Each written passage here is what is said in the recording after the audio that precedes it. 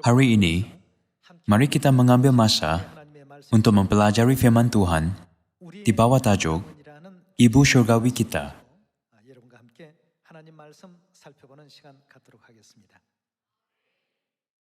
Antara 66 buah buku Alkitab, ajaran terpenting yang Tuhan berikan kepada kita ialah kebenaran Tuhan Ibu yang mesti diketahui oleh semua manusia pada hari-hari terakhir. Seperti yang telah kita pelajari sebelum ini, Ibu Surgawi ialah realiti, tempat Maha Kudus. Kita telah pelajari bahawa keluarga bumi ialah salinan, dan bahawa keluarga surgawi ialah realiti. Sebab mengapa saya ingin berkongsi kata-kata ini dengan anda hari ini adalah kerana kebanyakan orang tidak percaya kepada Tuhan Ibu. Walau bagaimanapun, Alkitab mengajar bahawa kita mesti percaya kepada Tuhan Ibu. Untuk sampai ke kerajaan syurga yang abadi pada akhirnya, jalan iman yang mana harus kita jalani hari ini? Mari kita mencari jawapan melalui Alkitab. Yesus berkata bahawa setiap orang yang memahami firman Tuhan dengan betul dan mengamalkannya adalah seperti orang bijak yang mendirikan rumahnya di atas batu. Namun, walaupun seseorang percaya kepada kata-kata Alkitab, jika dia tidak mengamalkannya, dia ialah orang bodoh. Yesus meramalkan bahawa walaupun orang sebegitu kelihatannya beriman sekarang, apabila aliran naik dan kesusahan atau penganiayaan datang, mereka akan meninggalkan iman mereka akhirnya. Jadi hari ini, melalui kata-kata 66 buah buku Alkitab yang merupakan gudang misteri Tuhan, mari kita memastikan kewujudan Ibu Surgawi kita sekali lagi.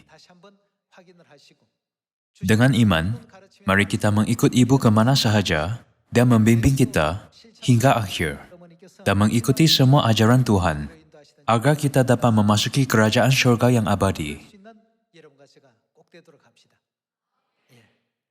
Walaupun banyak orang hidup tanpa tujuan, tidak mengetahui ke mana untuk pergi, bukankah Tuhan memberi kita tujuan dan arahan dalam kehidupan kita? Betapa diberkatinya kita. Kita benar-benar umat Tuhan yang diberkati. Jika seseorang bertanya kepada anda, apakah tujuan kehidupan? Sila tunjukkan buku Pengkhotbah, bab 12 ayat 13 kepada mereka. Biar mereka tahu bahawa kita harus takut kepada Tuhan. Kewajipan setiap orang adalah takut kepada Tuhan dan patuhilah segala perintahnya. Segala sesuatu yang perlu kita lakukan terkandung di sini. Jika kita terus mengikuti jalan ini, pintu gerbang syurga akan dibuka untuk kita pada akhirnya. Kemudian, kehidupan kekal dan berkat akan diberikan kepada semua anak Sion di dunia yang mulia, yaitu tempat yang tiada kematian atau kesedihan. Bukan? Untuk mendedahkan kebenaran tentang Ibu kepada kita, Tuhan memperkenalkan watak dalam Alkitab yang melambangkan Ibu Surgawi. Di dalam buku Kejadian bab 3, Hawa muncul sebagai ibu semua yang hidup. Dan di dalam buku Kejadian bab 17, Sarah muncul sebagai ibu bangsa-bangsa. Dan di dalam buku Galatia bab 4, Ibu Surgawi Yerusalem baru disebutkan. Melalui perkataan Ibu, Alkitab dan para Nabi memastikan kewujudan Ibu rohani kita. Pertama, marilah melihat buku Kejadian bab 3, ayat 20. Manusia itu memberi nama Hawa kepada isterinya, sebab dialah yang menjadi. Dia akan menjadi siapa? Dia akan menjadi ibu semua yang hidup. Dia akan menjadi ibu semua yang hidup. Di sini dikatakan bahawa dia menjadi ibu semua yang hidup. Tuhan menunjukkan kita bahawa Hawa melambangkan ibu kepada semua yang hidup. Kalau begitu, siapa yang Tuhan inginkan kita fahami melalui Adam, yaitu suami Hawa. Bukankah Tuhan memperkenalkan Adam sebagai gambaran Tuhan Bapa? Dengan cara ini, Tuhan membenarkan kita untuk memahami bahawa Hawa ialah ibu rohani kita. Marilah melihat buku Roma bab 5 untuk memastikan ini. Bab 5 ayat 14. Sungguh pun demikian, maut telah berkuasa dari zaman Adam sampai kepada zaman Musa juga atas mereka yang tidak berbuat dosa, dengan cara yang sama seperti yang telah dibuat oleh Adam, yang adalah gambaran jenis apa? Gambaran dia yang akan datang. Bukankah ia bermaksud bahawa dia adalah gambaran Kristus yang akan datang? Menurut Trinity, siapakah Kristus? Dia ialah Tuhan Bapa.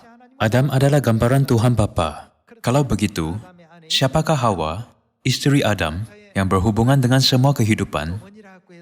Dia ialah ibu semua yang hidup.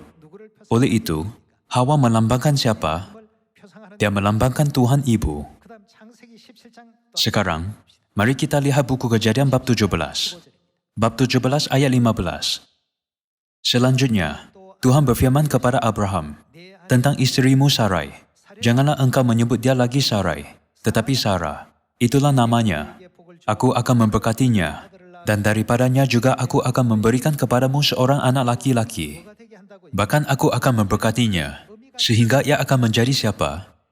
Menjadi ibu bangsa-bangsa. Alkitab berkata bahawa Hawa ialah ibu semua yang hidup, dan bahawa Sarah akan menjadi ibu bangsa-bangsa. Mari kita mengetahui Abraham, suami Sarah, melambangkan siapa menurut firman Tuhan di dalam buku Lukas bab 16. Melalui pasangan firman di dalam Alkitab dan melalui keluarga Adam dan Abraham, Tuhan mengajar kita kebenaran tentang Tuhan Ibu serta Tuhan Bapa. Dengan iman teguh, kita semua anak Sion harus berlari ke arah kerajaan syurga abadi hingga akhir. Marilah melihat buku Lukas bab 16 ayat 23. Orang kaya itu juga mati, lalu dikubur. Dan sementara ia menderita sengsara di alam maut, ia memandang ke atas, dan dari jauh dilihatnya Abraham, dan Lazarus duduk di pangkuannya. Ini berlaku selepas kematian orang kaya dan Lazarus. Ayat 23 sekali lagi. Orang kaya itu juga mati, lalu dikubur. Dan sementara ia menderita sengsara di alam maut, ia memandang ke atas, dan dari jauh dilihatnya Abraham, dan Lazarus duduk di pangkuannya. Lalu ia berseru, katanya, bagaimana dia memanggilnya? Bapa Abraham, kasihanilah aku.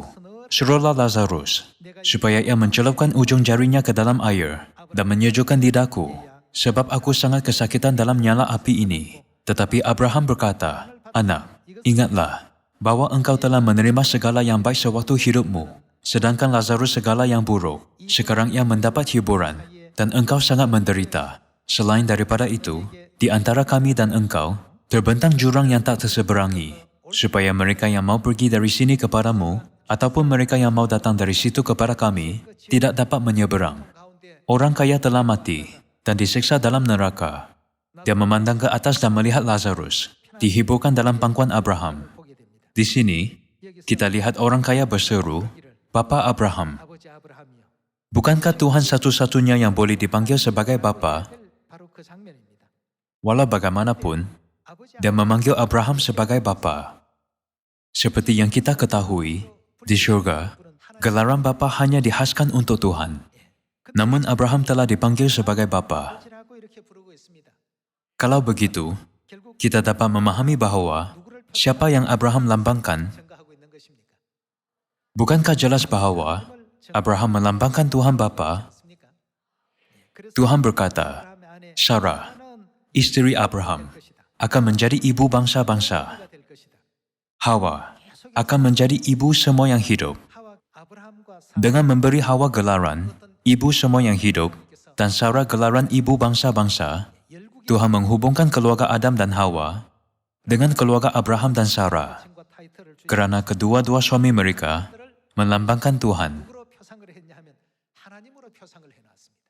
Di sini, Adam melambangkan Tuhan, dan di dalam buku Lukas 16, Abraham melambangkan siapa? Dia juga melambangkan Tuhan. Hawa ialah watak Alkitab yang melambangkan Tuhan Ibu. dan Sarah melambangkan ibu bangsa-bangsa. Tuhan berkata, dia akan menjadi ibu bangsa-bangsa, dan raja-raja bangsa-bangsa akan lahir daripadanya. Melalui sejarah Adam dan Abraham, Tuhan menyediakan kita akan kebenaran Tuhan Bapa dan Tuhan Ibu. Sekarang, marilah melihat buku Galatia bab 4. Hawa telah dipanggil sebagai ibu semua yang hidup, dan Sarah telah dipanggil sebagai ibu bangsa-bangsa, dan Yerusalem dipanggil sebagai ibu rohani kita. Dengan cara ini, Tuhan menanam kebenaran Tuhan Ibu di seluruh Alkitab, agar manusia dapat menemuinya. Marilah melihat buku Galatia, bab 4 ayat 26. Tetapi Yerusalem surgawi adalah perempuan yang merdeka. Dan siapakah dia? Dia ialah ibu kita. Adakah Anda berfikir bahawa ibu di sini merujuk kepada ibu-ibu fizikal kita? Ibu ini ialah ibu rohani kekal kita. Dan Alkitab berkata bahawa dia berada di mana? Di syurga. Yerusalem surgawi yang berada di syurga ialah perempuan yang merdeka dan ialah ibu kita. Alkitab mengajar kita, Hawa ialah ibu semua yang hidup, Sarah ialah ibu bangsa-bangsa, dan Yerusalem ialah ibu rohani kita. Seperti mana suami Hawa ialah Adam, dan suami Sarah ialah Abraham. Secara rohani, bukankah ibu kita juga mempunyai seorang suami? Ya, dia ialah Tuhan Bapa. Marilah melihat buku Wahyu bab 21. Bab 21 ayat 9 berkata, maka datanglah seorang dari ketujuh malaikat yang memegang ketujuh cawan, yang penuh dengan ketujuh malapetaka terakhir itu. Lalu ia berkata kepadaku, katanya, marilah ke sini, aku akan menunjukkan kepadamu. Siapa yang akan dia tunjukkan? Pengantin perempuan, mempelai anak domba. Lalu di dalam roh, ia membawa aku ke atas sebuah gunung yang besar lagi tinggi, dan ia menunjukkan kepadaku, apa yang dia tunjukkan kepadanya, kota yang kudus itu, Yerusalem turun dari surga, dari Tuhan. Malaikat berkata, aku akan menunjukkan kepadamu pengantin perempuan, istri anak domba, dan menunjukkannya Yerusalem surgawi. Anak domba melambangkan siapa, dan dia mewakili siapa? Di dalam buku Yohanes bab 1 ayat 29, siapa yang disebut sebagai anak domba? Anak domba ialah Yesus Kristus, Bapa rohani kita. Di sini, Bapa rohani kita disebut sebagai anak domba. Selepas malaikat berkata, aku akan menunjukkan kepadamu istri anak domba dan menunjukkan Yerusalem yang disebutkan di dalam buku Galatia bab 4. Ini bab yang kita baca tadi. Di sini ada tertulis, tetapi Yerusalem surgawi adalah perempuan yang merdeka. Dan siapakah dia kepada kita? Dia ialah ibu kita. Melalui kemunculan Adam dan Hawa, Tuhan menyediakan kita akan kewujudan Tuhan Ibu. Kita dapat mempelajari ini melalui kemunculan Abraham dan Sarah juga. Dia memberi mereka gelaran-gelaran, ibu semua yang hidup, dan ibu bangsa-bangsa. Kemudian di dalam buku Galatia bab 4, Tuhan memberitahu kita bahawa Yerusalem surgawi ialah ibu rohani kita. Melalui 66 buah buku Alkitab, Tuhan memastikan kewujudan ibu surgawi. Mari kita pastikan ini bermula dengan buku Kejadian. Dalam bab 1, ayat 26 ada tertulis, berfirmanlah Tuhan, baiklah kita menjadikan manusia menurut gambar dan rupa kita. Di sini, Tuhan yang menciptakan manusia dinyatakan sebagai kita. Baiklah kita menjadikan manusia menurut gambar dan rupa kita, supaya mereka berkuasa atas ikan-ikan di laut, dan burung-burung di udara, dan atas ternak, dan atas seluruh bumi, dan atas segala binatang melata yang merayap di bumi. Maka Tuhan menciptakan manusia itu menurut gambarnya. Menurut gambar Tuhan diciptakannya dia, laki-laki dan perempuan diciptakannya mereka. Apabila manusia diciptakan, Tuhan berkata, baiklah kita menjadikan manusia menurut rupa kita. Menurut firman ini, lelaki telah diciptakan.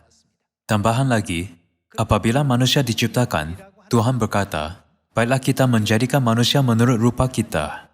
Dan perempuan juga diciptakan. Bukankah jelas bahawa, sebab mengapa Tuhan berkata baiklah kita, adalah kerana terdapat Tuhan berimej lelaki dan Tuhan berimej perempuan. Orang mengakui Tuhan berimej lelaki sebagai Tuhan Bapa. Kalau begitu, Tuhan berimej perempuan harus diakui sebagai siapa? Sudah tentu, dia ialah Tuhan Ibu. Kita mesti percaya akan kewujudan Tuhan berimej lelaki dan Tuhan berimej perempuan. Hari ini, terdapat banyak gereja di seluruh dunia yang mengakui Tuhan Bapa. Namun iman mereka tidak sedar akan kebenaran Tuhan Ibu. Jika kita tidak percaya kepada Tuhan Ibu, kita tidak dapat menerima kehidupan kekal. Bukankah kewujudan Tuhan Ibu adalah penting untuk kita agar menerima kehidupan kekal? Kita dapat memahami ini mudahnya dengan menimbangkan ibu-ibu di bumi ini. Alkitab berkata bahawa apa yang ada di bumi adalah salinan dan bayangan dari apa yang ada di syurga. Dalam takdir ciptaan Tuhan, semua makhluk diberikan kehidupan melalui ibu mereka. Bukankah Alkitab memastikan bahawa kehendak Tuhan terkandung dalam semua ciptaan? Itulah mengapa Tuhan menunjukkan Rasul Yohanes, sebab Bapa Tuhan Bapa dan Tuhan Ibu memberikan air kehidupan kepada semua manusia pada akhir zaman. Marilah melihat buku Wahyu bab 22. Bab 22 ayat 17. Roh dan pengantin perempuan itu berkata, bukankah roh di sini Tuhan Bapa menurut Trinity? Anda kemungkinan mendengar banyak kali bahawa Tuhan Bapa, Anak, dan Roh Kudus adalah satu Tuhan. Tuhan Bapa ialah Tuhan berimej lelaki. Tuhan Anak juga mewakili Tuhan berimej lelaki. Memandangkan Tuhan Bapa, Anak dan Roh Kudus adalah satu dan sama, bukankah kita dapat memastikan bahawa mereka semua mewakili Tuhan Bapa yang memiliki imej lelaki? Jadi, sudah pasti bahawa pengantin perempuan Tuhan Bapa ialah isteri anak domba, iaitu ibu kita. Tuhan Bapa dan Tuhan Ibu berkata, marilah, dan barang siapa yang mendengarnya, hendaklah ia berkata, marilah, dan barang siapa yang haus, hendaklah ia datang, dan barang siapa yang mau, hendaklah ia mengambil air kehidupan dengan cuma-cuma. Pada akhir zaman ini, hanya di Sion, tempat Tuhan Bapa dan Tuhan Ibu berdiam, orang dapat menerima keselamatan dan kehidupan kekal. Alkitab menekankan fakta ini berulang-ulang kali. Orang mesti datang untuk mencari siapa? Mereka mesti datang dan mencari Tuhan Bapa dan Tuhan Ibu. Mereka mesti mencari bukan hanya Tuhan Bapa, tetapi Tuhan Ibu juga, agar mereka dapat menerima kehidupan kekal daripada roh dan pengantin perempuan. Tuhan mendirikan gereja Tuhan untuk semua manusia, agar mereka dapat datang kepada roh dan pengantin perempuan. Ini adalah apa yang Rasul Yohanes lihat.